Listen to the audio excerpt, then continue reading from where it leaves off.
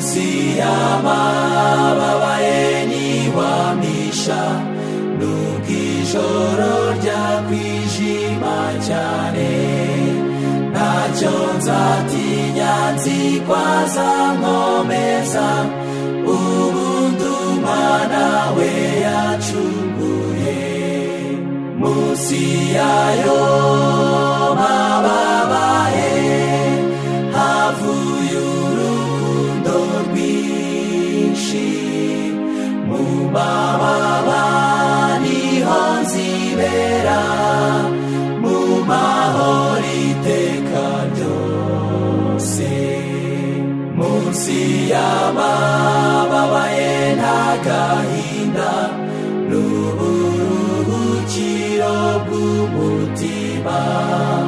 muri iyi si ntiharimo agakiza nirwa ndi mu mababa ye gusa munsi yayo mababa ye